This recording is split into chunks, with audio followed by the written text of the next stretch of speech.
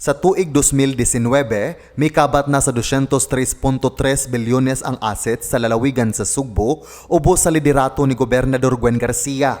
Kini nagpasabot nga kapin 400% ang tubo sa total assets sa lalawigan gikan sa 35.65 billion ni adtong 2018 Annual Financial Report sa Commission on Audit kon COA.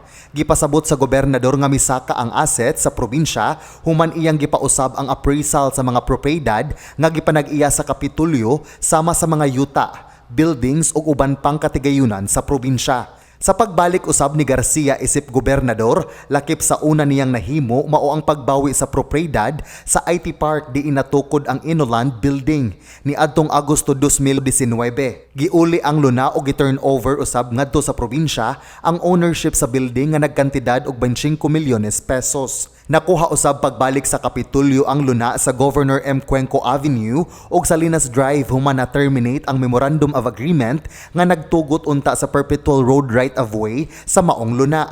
Ang properties ana 196 billion. Unya ang current assets meaning atong mga cash, mga receivables, inventories is 7.7 billion.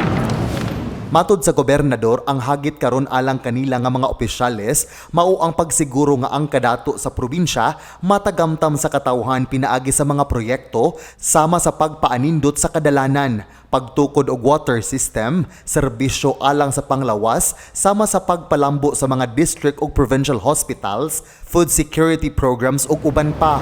Ako kay atong challenge ani kay nganuman we have to accomplish much in terms of infrastructure, in terms of spurring back economic activity that has been devastated by COVID-19, in terms of giving hope once again to a people that have been locked down for too long and whose lives and livelihoods have been severely affected.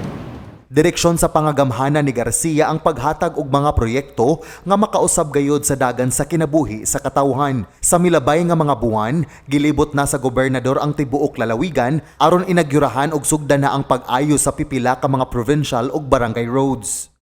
Okay, sayod man ta, ang daan gyud mo ilabing importante aron mabuhi ang ekonomiya diha. Dili mulambo ang negosyo kung labihang gubaa ang daan naglubak-lubak. John Fredson Granada, Balita sa Sugbo.